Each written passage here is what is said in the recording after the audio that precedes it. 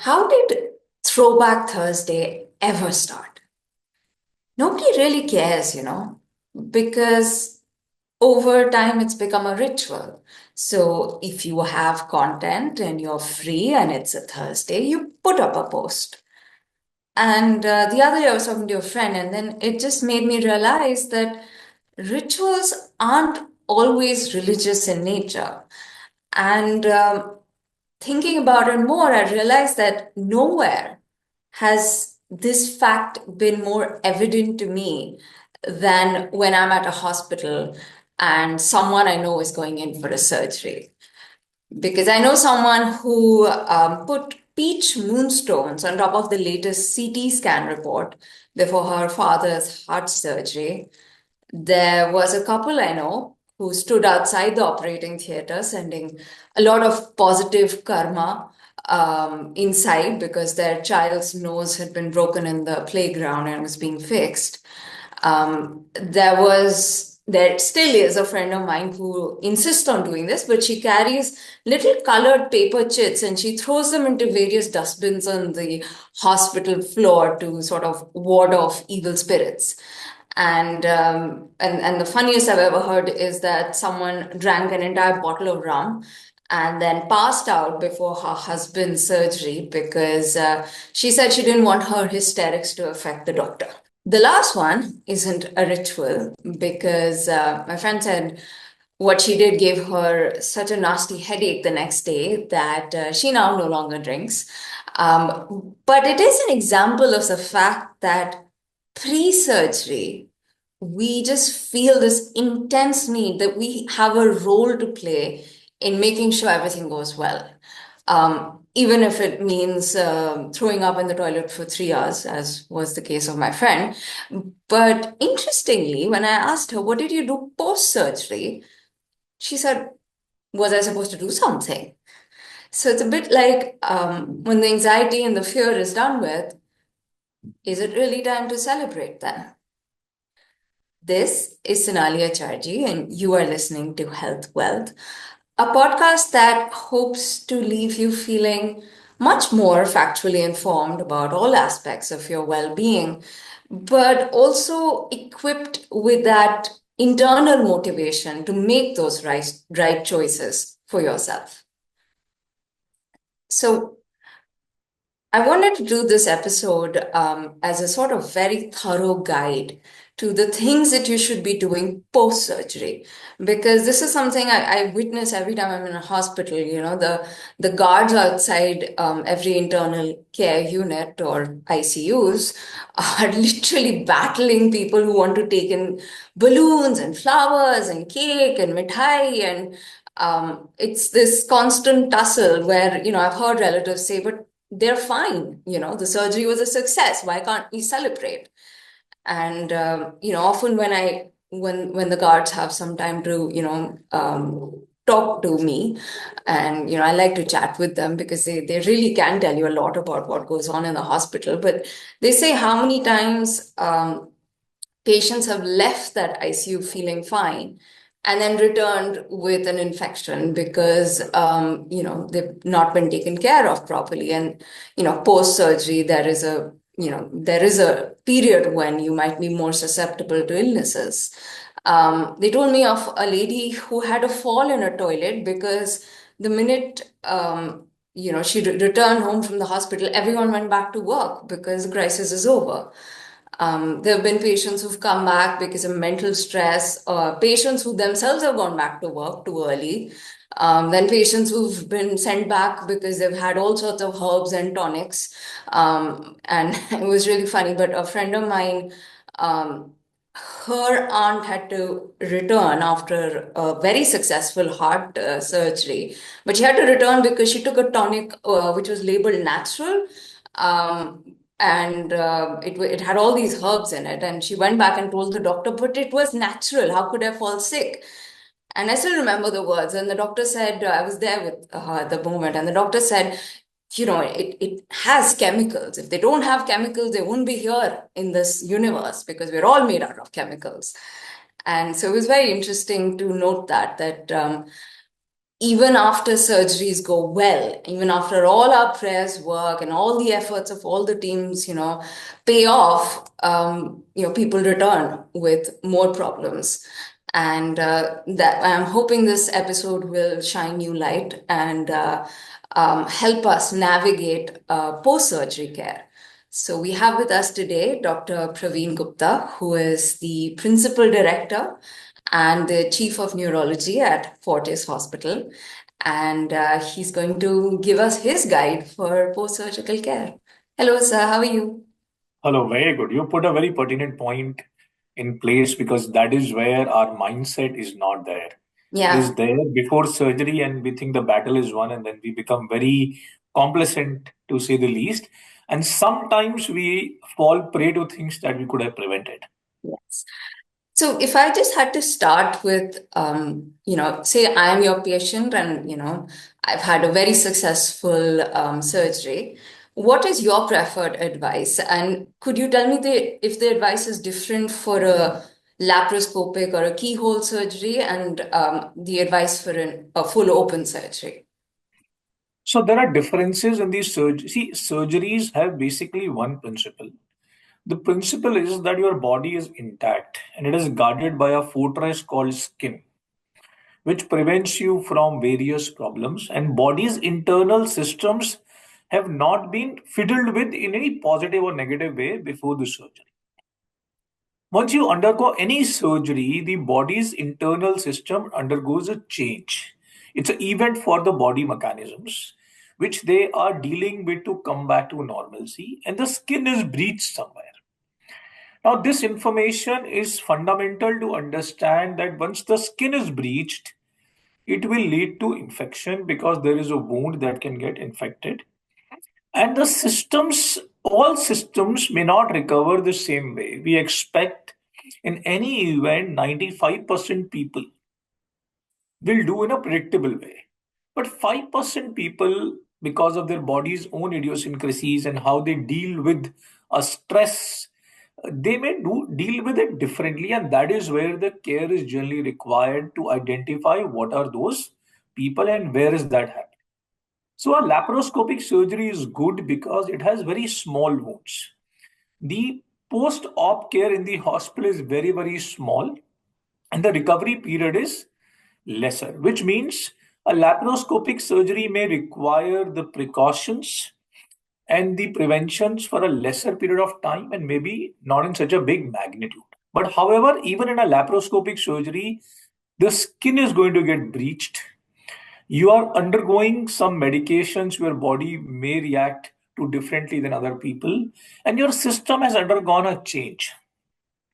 We always believe and adapt that we have done everything to make for that change. But sometimes there are certain things of body's own things that we may not be able to pre-plan for. The most important things that are important in a post-surgical care is first is wound infection. A lot of these people that you talked of in the prelude are people who get wound infections. So the care of the stitch site is of paramount importance. It is not difficult. It just requires little bit consideration and understanding that this is a small breach in my fortress and it has to be cared for. Larger the wound, the deeper the wound, the higher the risk of infection. The wound is closer to a vital organ like heart or brain. The consequence of an infection can be much more serious than, say, a cut in the skin over the elbow, right? Because it is not going to threaten that area. Second thing is maintain of hydration and adequate blood volume. Because a lot of times pre-surgery we are kept fasting. Post-surgery we are not able to eat or drink because our bowels have not recovered. So like a person who just fell in the bathroom because the blood volume may be low or the blood pressure may be low. The third thing is homeostasis. Sometimes you can bleed, the stitch opens, you can bleed from those wounds, and that bleeding can be the first sign of the tip of the iceberg trouble that is there. And it is important to recognize any deviations from the normal that will allow you to alert your doctor or consult him in time so that we can nip the problems in the bud. The other thing is nutrition. Maintaining adequate nutrition is important because body needs to recover. And nutrition, both mental and physical, are very important aspects of recovery of the body. So nutrition in terms of macronutrients, micronutrients is very, very important. Fifth is mental support, obviously, which allows a patient like the attendant who's not undergone surgery is so worried and troubled. Right? Most of the times we have seen. Imagine the guy who actually undergoes the knife. So sometimes people may develop a lot of thoughts of being in the ICU or being through that process, and those things mentally need to be helped because they may lead to weakness, which may not be entirely physical, which may be mental. So all these things, if you are able to take care of in general, and every surgery in particular will have its own nuances. For example, you're in abdominal surgery. You may be off food for some time because your bowels are not moving. If you have a urological surgery, you may require extra care about your urination. If you have a surgery around the heart, the stitches may take a longer time to heal. So every surgery has its own nuances, and we should not, apart from these basic general principles, we should not apply what we have seen from somebody else as a layperson that he started walking in 2 days. So a guy with a laparoscopic surgery may return to work in say 7 days, but a guy with a bypass may require 3 months. So knowledge or common sense we should apply in a very topical and relevant way to our patients rather than in a very generic way on very well-wished advice, but which may not be pertinent in a given case.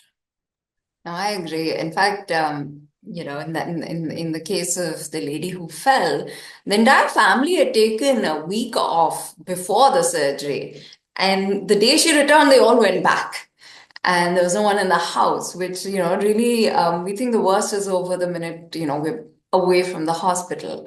Also, when you are in the hospital, there is a whole barrage of people who are medically trained to look after your well-being. Your anxiety stems from the fact that something that has never happened has is being done, and nobody in life can give 100% certainty. Mhm. But the support that the patient has inside a hospital is remarkably high. And it is in fact, it is the time when the surgery has been done that the patient requires you the most Yeah, and not the least, as you generally tend to think that all is over and it's time to go yeah. home, enjoy, Yeah. celebrate, And carry on work. and thankfully now we have very lovely home care packages also, so you can get pretty good medical support at home. Um, Absolutely.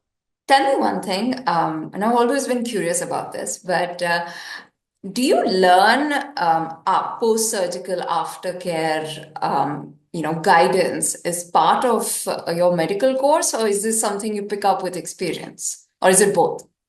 Both. See, actually, for a surgery to be successful, surgery is not the whole work. Surgery is a part of the work and it is a work in progress. So, for a surgeon to be fine, for a doctor to be relieved, it is when the patient has recovered fully, when the skin has healed, the stitches are off, the patient is back to his normal routine. So, for us, that period is as important as the surgery because there are things in the surgery that we can control. Outside that period, there are a lot of things that we are not directly able to control. So, to ensure that they are taken care of is a very, very important part of good surgical outcomes. And as you said, many people who went home with very well done surgeries and no complications had to get re-hospitalized. So it is a part of the doing the surgery that the post-surgical care is informed to the patients, they, the staff, our teams, and the patient. See, eventually we believe doctors and patients are one team. And this whole concept of doctor and patient being the other team is the major cause of problems of healthcare that we have. So the whole team, which includes us and the attendants, is able to finish the job well and doesn't let it slip while the cup is near the lip. Second part is there are certain nuances of everything that you cannot be taught. You will learn as you interact with people because you will learn certain things that the patients are likely to do. So, as you practice and gain more experience, you will be able to forecast that this patient is likely to fall prey to this temptation. That is where he may deviate from the routine. So, you are able to pick up those things And thankfully, you are able to it to your patients to be able to tell them that this is what you need to do. This is how your thing is going to be different from other people. And in your own specific case, you may require 10 days while somebody else requires 7 days because of your comorbidities or your additional medication. So these are the things that you learn as you practice, and you are able to impart it to people. And that is why people with more experience are able to tell you things beyond books and beyond words, that are there in the way they are able to handle and understand the natural history of your progression and improvement. No, actually, I'm glad you talked about the doctor and patient being on one team because, one of the things you commonly hear these days is that, oh, doctors are overcautious. And we have these very fancy sounding words up in the internet, big pharma and medical ethics and medical conspiracy theories. And there's just so much um, for people to almost fear taking all the advice of a doctor. And I remember a friend had a LASIK surgery just 2 weeks ago, and the doctor said, rest your eyes, right? And but sometimes you don't feel the symptoms. You feel, oh my God, I can see again, so I can, why do I need to rest? I can't feel anything. And I kept saying that, why do you want to feel something to be able to rest? Maybe this is something which you're preventing rather than waiting for it to go wrong and then, going back to the surgery theater or whatnot. So is being overcautious necessarily a bad thing? Not really. So I'll give you an example. A cricketer who's very adept at playing, he's Sachin Tendulkar, he gets a wrist injury, but he needs 3 months of practice in the nets to come back and play, right? Even Sachin Tendulkar, the god of cricket, needs to practice before he can come back. So there are certain things that we know that your body will undergo, the weaknesses that will happen, things that will be caused by strain that you cannot see because you're not under strain, that we can tell you to prevent you from undergoing something. So suppose I have seen 100 patients who've undergone a neurosurgery so I know that if he starts walking 1 kilometer a day, he may not be able to take it. Maybe 500 meters is good for him. He may feel like 500 meters, so I'm walking very easily. Why? But the doctor has experience of hundreds of people, and he is trying to prevent you from a problem. See, caution is also based on trust. I see, if I and you have full trust and we are on the same page and we have the feeling that we are in a team, then we don't require much caution. I don't need caution. I can tell you freely what I feel about and how I think is best for you, because eventually your getting well is measure of my success. See, we must understand this. For a doctor, the best business is patients getting better. Period. If my patients get better, I do really well. If my patients don't get better, I don't do well in the long term. It's simple. So if you and I are on the same page, I can tell you what is your leeway. You can trust me, I can trust you. But when patients become combative, or when patients are trying to put the doctor on a back foot, then the doctor may tend to get cautious for not being able to transfer the advice in the right manner. Right? So in our practice, and we believe it very, very clearly, so being on the same team as patient allows you to be less cautious, which means that you can deal with things in more friendly manner while staying objective rather than being overcautious. But certain times the doctor has to be cautious because he knows the consequences of the problem that will happen if the caution is not taken. So the patient may think it will have a small infection in this stage. What will happen? But the doctor knows that this small infection can undo the whole surgery. This small gate open can actually let Troy fall. It's something like this. Only the gate needs to open for the whole thing to go asunder. So that is why doctor knows the consequences. So he's a lot of times more cautious than you. And in a case of surgery, that is even more relevant because the caution is required for a very small bit of time. See, most surgeries have a very small period of healing. And 7 days in the context of a lifetime is a very, very small period. We may seem like a mountain, but actually, in the salient world of your own lifetime and your life, 7 days is not a huge period of time. Not at all, not at all. In fact, um, I remember, I mean, I won't name the institute or the doctor, but the head of a very famous institute for liver care once enlightened me about how much of auditing goes on about all the, the surgeries being done, and if there is a failure, how there is, feedback and understanding of what went wrong. And I remember like talking to a few relatives, and I was just saying, that person you go to in your neighborhood market who will advise you with various herbs and fruits and what not to have, or rings to wear, and all these things. That person is not audited by an entire team of people. There is no accountability there. So how is it you finding it so difficult to trust the one who is accountable and who has actually taken an oath to be accountable, and you're okay trusting someone who is just, got no qualifications, nothing. And it really bears some thought in how we get here. And also, actually, I used to think that there can be nothing worse than trusting, just somebody who's known to cure illnesses magically. And then, now we have ChatGPT, which is actually worse because there are people, and I was finding this online, who've been asking ChatGPT what to do after a surgery. And AI sort of collaborating information of various, surgical advices on the internet and presenting that to you, and it's not personalized at all. How scary is that for you that tomorrow the internet might be telling your patients what to do?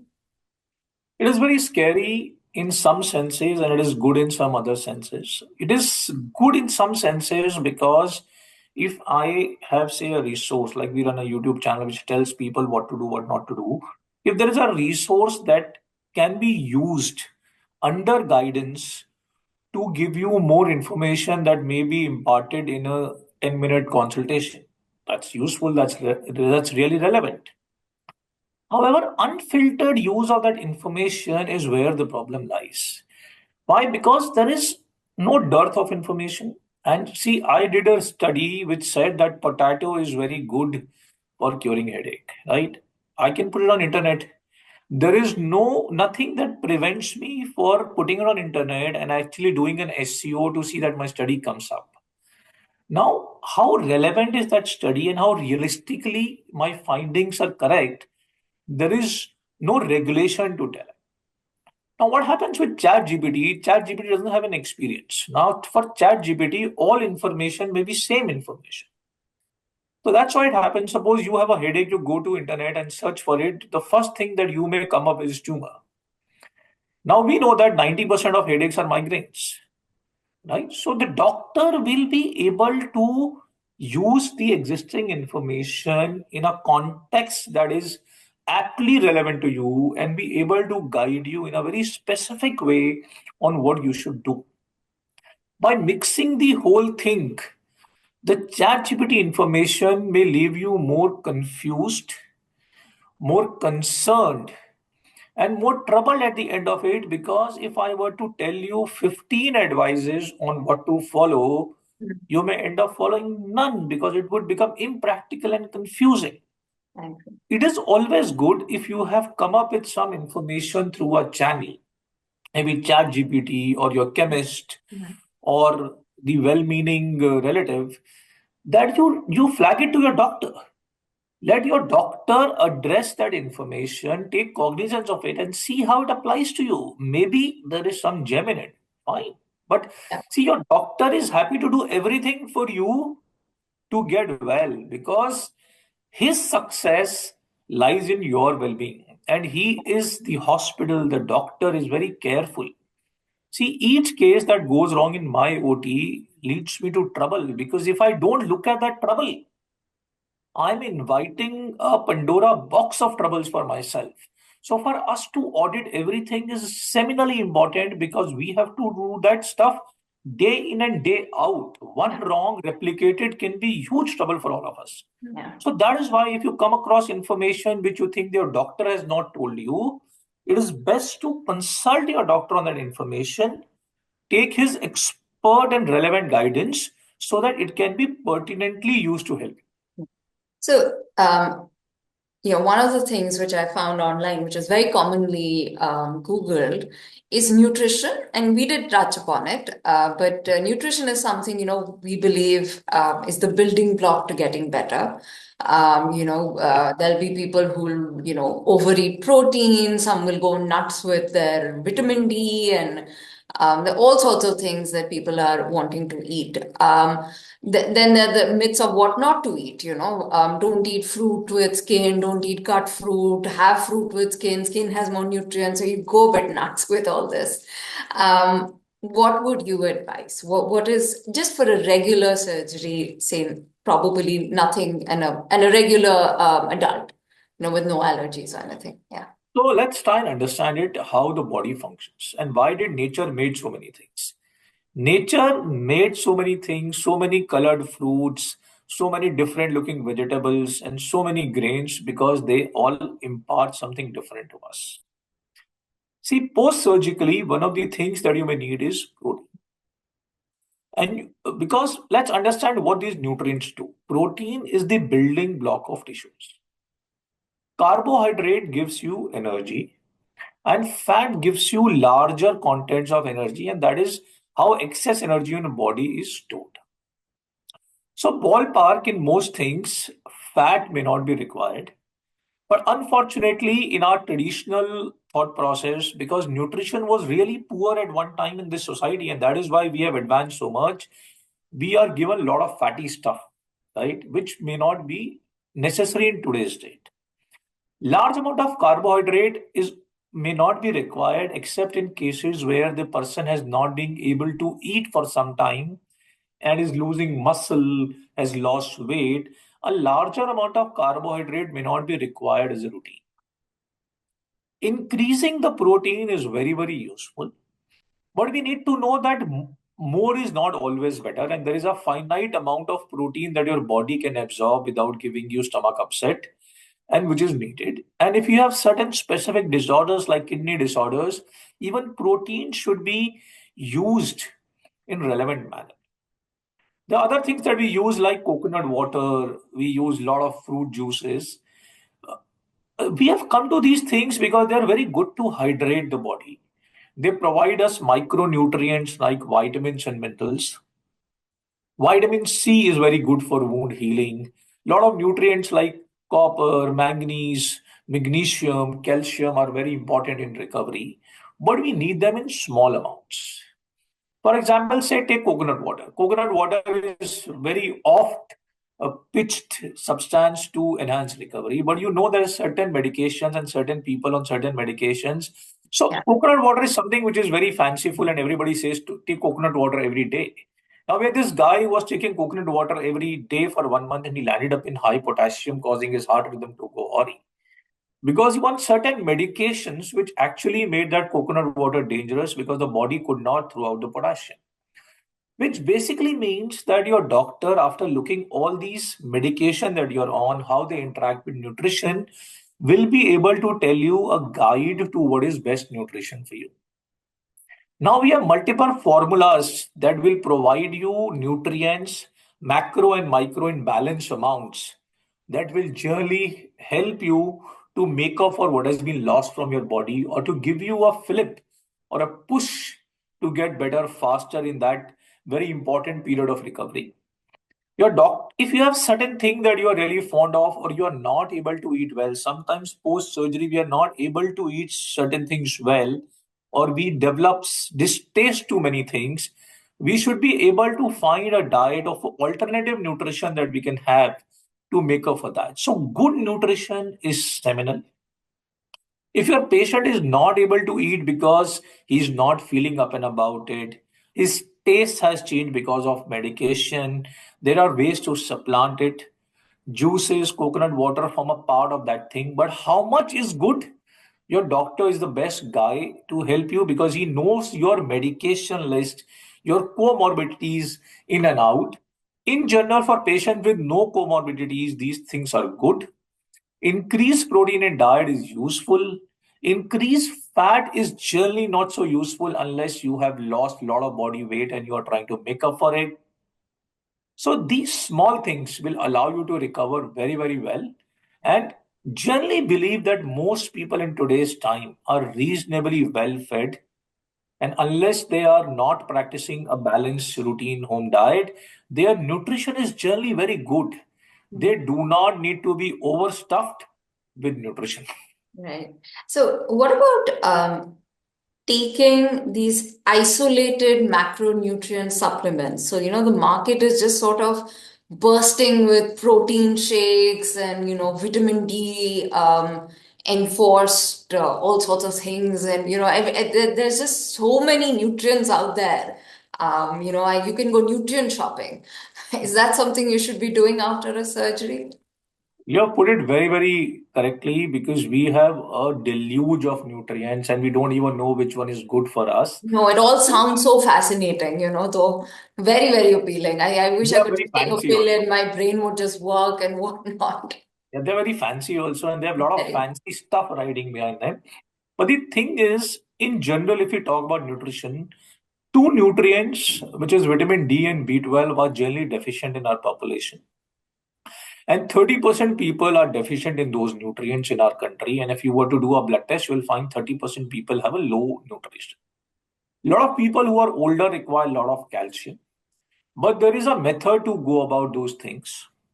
Sometimes, when you are not able to eat adequately, and that can happen very, very frequently in post surgical period, your doctor will be able to tell you that take these two things or take these three pills, which may help you supplant this nutrition for a brief period of time.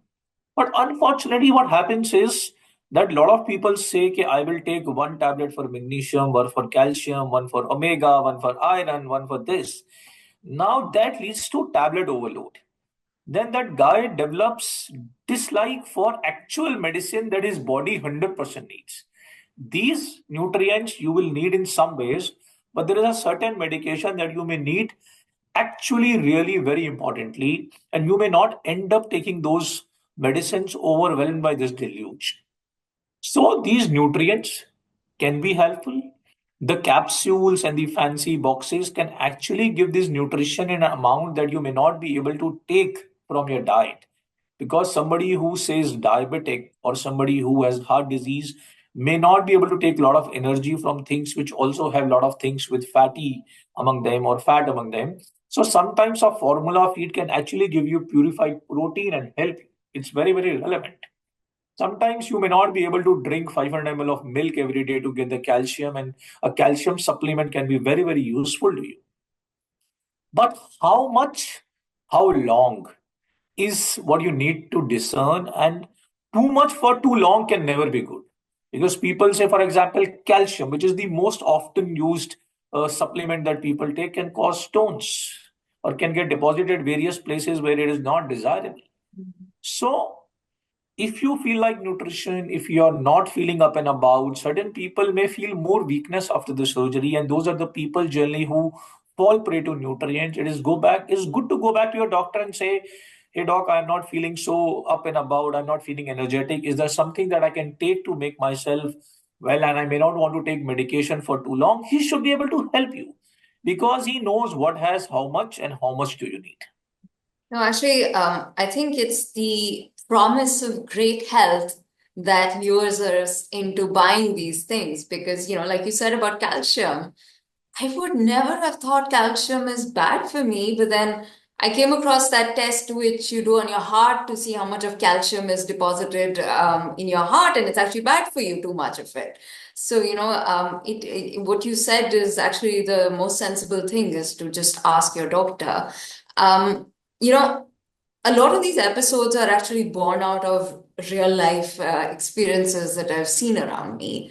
Everyone goes to hospitals, everyone has surgery. So, a young girl I know had a broken leg and she went in and they had to put in a titanium rod to fix it. And there were stitches down her leg. And Everything was going fine, except, the girl is obviously very troubled about a scar being on her leg. She's a, young growing teen, doesn't want scars. So she starts putting ghee from the the kitchen, which is again being used for cooking and is obviously exposed to a lot of contaminated substances. And she got a very bad skin infection, which sort of leads me to this next segment, which, just talk a bit about the bacterial and fungal infection risk at home, because, so many patients do return to the hospital with septicemia or skin infections, as you said. So, what is the best way to sanitize your home after a surgery? And how important is it to, again, check with your doctor before you apply creams and, other things, non-prescribed things to your skin? So to answer your question, the incident that happened and then go to the real thing which applies to a lot of people. See, skin is breach, and we have said it again and again. Applying something to a breached skin is going to be a disaster, right? Because it allows it to be filtered inside, and that is where the trouble comes. Ballpark, the biggest thing, the fear of the surgeon, of the doctor, is infection, because the wound infection will lead to a major problem with the surgery because everything will get undone. So, to prevent wound infection is possibly the most important thing that you can do. And the best thing is to clean your house very well with usual soaps and detergents because they're very good at taking particulate matter. Sanitizers do not deal with particulate matter or dirt. So, suppose I were to just put a sanitizer on my table here, the dirt or the particulate stuff is not going to be handled by it. So, first clean it, then sanitize it. Sanitize the stuff that the patient is going to use. Ensure that people who have infection, even if very well wishing and well meaning, please do not go near the patient too much because they are going to be the carriers of the infection. Right? Second thing, maintain good personal hygiene. Wear loose fitting clothes that don't make you sweat too much because sweating in the joints or where body actually turns in the creases is a major cause of fungal infection. Third is maintain adequate nutrition because nutrition helps you fight infection. Then keep the air around yourself clean. Use a purifier if you need to do it. When you walk around in your house post recovery, make sure that you don't go around touching all these surfaces. You don't. You have a huge lure to eat food from outside, but try to keep it away for at least the immediate post surgical period, which in today's days is getting shorter and shorter.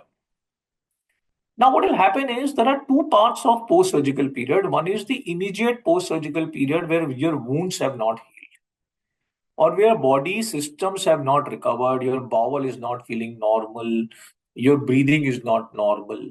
At that time, extra care is required. Suppose the girl was worried about a scar. Then once the tissue has healed, and which generally takes about 7 days to 21 days, maybe there was a cream that could be actually factually used to reduce the amount of scar that is going to be formed. So if you have any apprehensions about your life, if you have any apprehensions about the outcome, please discuss it with your doctor. Your doctor will not only do the surgery, he will tell you how to recover from the surgery and how to do some things to enhance your life post surgery. Right? So, to deal with this scar is very important, but there is a time to do certain things and do them at the right time. So, for the best outcome. So I'm gonna ask you to, if you don't mind, to enter a virtual make-believe ICU with me, because I know how important ICU care is. And I think, when we see all those devices and the monitors and everything, people get a little scared. You feel like the ICU is a place where you should be with your loved one, where you should go to give them comfort, where you should bring their favorite blanket or their, something to cheer them up. And I know, I mean, as a health journalist, I've been lucky enough to be in the ICU, and I've always known how much of care happens there. So when I've had to go for a surgery, I didn't tell anyone. And I just walked in alone and gave myself to the doctor, woke up in the ICU, and for the few hours that I was in the ICU, I was the happiest. I mean, I felt so looked after because, the monitors checking me all over. There are nurses constantly coming. There's a doctor on call. So it's actually one of the safest places to be where you don't need your favorite blanket and so on. So, could you maybe tell us a little bit about what is an ICU, how much care is given, and why it's important not to walk in with a contaminated blanket and put it onto a patient? So I'll tell you this in a way that you may help it may help to understand. See, the thing is, ICU is called intensive care unit. And it is called intensive care unit for a very carefully chosen purpose because the care is really intensive there. Intensive means not in terms of how long and how many times you're asked for food, but intensive in how much your body is monitored. Your heart rate, your pulse, your blood pressure, your respiration, your temperature, how much urine did you pass today? Did you go to stool today or not? Every single body processes that is apparent is measured and monitored on a very routine basis in the ICU. Unlike a ward, every ICU is a single nurse seeing one patient or two nurses seeing one patient at best. Those guys are putting their whole day on you, right? Getting your medicine, seeing they are being given to at the right time. So never does it happen that you are pampered as a body, as a physical system, so much like in an ICU. The readings in the ICU fluctuate. They are there to take care of those fluctuations. There is a doctor who will respond immediately to that fluctuation and administer a medication if it is required. In this, sometimes attendants can actually interfere with the functioning of the nurse or the doctor of that ICU because logically they will have 100 questions. When they stand behind that monitor goes up and down, goes blip, blip, and they are worried why it is going blip, blip, why it is this is changing. But it is a nature of body system or rhythm to show changes on the monitor, which the attendant will not know. But the doctor knows where to intervene, where to look, where to look more frequently and take care of it. The core thing in ICU and the thing that will lead to problems for a patient is infection by far, which means people who are in ICU are sicker, their immunity is lower, their body reserves are lower.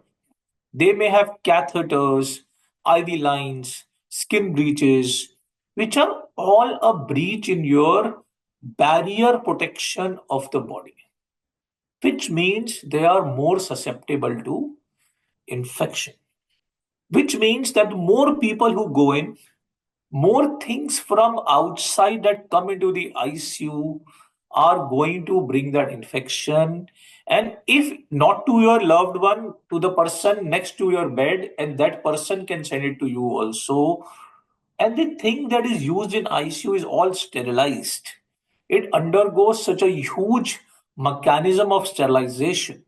Lot of times, lot of consumables are used in the ICU because everything that is being used is not being going to use again because it may get contaminated. So believe me, in today's time, a modern ICU is possibly the best monitoring and protection system you are going to get. It is like living in a fortress against the disease.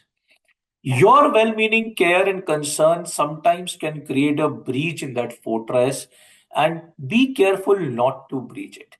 Believe me, doctors are not keen to keep patients in ICU, and the moment they think the requirement of intensive care is done, they are happiest to send them to you. You have a role to play in the recovery, but every role has its time. So be a little patient for that time where you can play the role in recovery with your care, with your love, with your affection. Just wait for that time and let the people who are professionally trained to take care of that critical time take care of it. Yeah, because I know that at AIMS New Delhi, for example, because of the rise in superbugs or drug-resistant bacteria, they're incredibly careful about ICU entry. So, I've never had, I mean, just even as an attendant to visit, you have to, gear up, you have to take your shoes off, you have to wear, full PPE outfit, and only then do you enter. And I remember having this argument with my own relative where, she managed to carry some things inside to, good luck charms. And I remember I throwing a fit because my irritation wasn't even so much about whether it affects our relative, but, you're leaving that potential germ behind and somebody else might, be recovering or so on and so forth. You don't know the impact of it. And she said, I mean, this relative of mine, which is also a very valid point, not to criticize, well-meaning intentions. But the point is, we think they need love. And we think mental health and mental stress and emotional health, all this is also part of the recovery, which it is. But like you said, there is a time and a place for it. So when it is time for mental recovery, when the time is right and the person is in a physically safe state, um, how important is it that we not disregard the mental health aspect of it? There are two things here. One, all ICUs will allow attendants to meet patients 2 times a day. So during that time that you have with them, you can impart that love, care, and motivation to that patient. Believe me, the doctors and the nurses don't treat patients as objects. They treat them as human beings, and it is a major part of their day to see those patients smile. My day is best made when my patients smile. It's simple, right? So, which means they also impart a lot of care to them. And you have 2 times. And as doctors, if you think somebody is becoming psychologically disturbed, or somebody will only eat with the hands of his favorite daughter or his favorite son, we will be happy to allow them inside to help them feed that patient. Or if you think you going in once or twice extra will actually bring that mental benefit to your patient, we will be the first ones to ask you to do it. Because for us, the first goal is to get your patient safely back to the room. It is simple. For us, our job is to make sure that your patient feels well enough that he goes to the room safely, because for us it is a battle won. We wage multiple battles for your patients every day, and each time a guy goes from ICU to a room healthy and feeling well, for us it is a battle won. In fact, if he has to return back to the ICU, it is a battle lost for us, and we actually monitor how many patients we send across to the rooms, come back to us to actually fortify our processes so that we take correct decisions while sending patients out. So when your patient is in the room, his criticality has gone away. We will be very, very happy to make you a partner in the care of the patient, say physiotherapy, mobilization, movement, feeding, mental motivation, and we have psychologists working together who can actually help your patient, because eventually you are the only person who will help them. You are better than us at doing it in many ways because you are family to them, but you should actually help us empower you to do it at the correct time, and that is very, very important. No, I never blame a doctor for keeping me away from my mother, right? I blame the bacteria in the world. Always say it's because of bacteria and fungus I can't go and, So meet my mother. let me just make one more point about those good luck charms. See, understand one thing. Our body has blood supply, and this it's a very important point, which carries antibodies to fight bacteria. We understand that the wood, the steel, the flower does not have a blood supply to fight bacteria. Flowers, the wood, the charm cannot fight bacteria. It can actually become a seeding ground for them, and that is why we think not having many inanimate objects in the ICU which are not required is such a scientifically relevant thing. Yeah, no, I agree. I've seen some horrible cases, actually a personal case as well, where, way back, I think 20 years ago, an aunt had a brain tumor surgery. And the surgery was so successful. And you can imagine 15, 20 years ago, brain tumor surgeries were not even as advanced. So it was a big thing. And ultimately, she passed away due to a bacterial blood infection. So, you do realize how much that can hurt, not just the family, but I also felt a lot for the doctor because, the effort you would put in for that surgery and your, personal investment in your patient, and then to lose one to something so preventable is quite heartbreaking. So, what do you do when that happens? I mean, if you come across a patient you end up losing, even though the surgery was fine, how do you sort of cope with it? See, it can be very difficult sometimes because you've done a job. See, there was a critical tumor. You've done a lot of effort to take it out fine. It has gone out fine. You're feeling well at ease, and the patient comes back with infection, and then you are fighting that infection and eventually lose the battle. It could be very heartbreaking. Unfortunately, for doctors, they have to have objectivity prevail and learn from everything. And see, medicine is like a T20 game. It just keeps coming at you. It keeps coming at you. You have to simultaneously keep your emotion, balance from it, learn from it so that the second time the mistake is not repeated. For example, a patient of mine the attendant fed the patient while we are told not to feed. That led to a pneumonia and it actually created huge problem and we lost the patient. So we realized that we had to tell it 3 times. Saying once that please do not feed him was not enough to do our duty. We know that this is such a big temptation.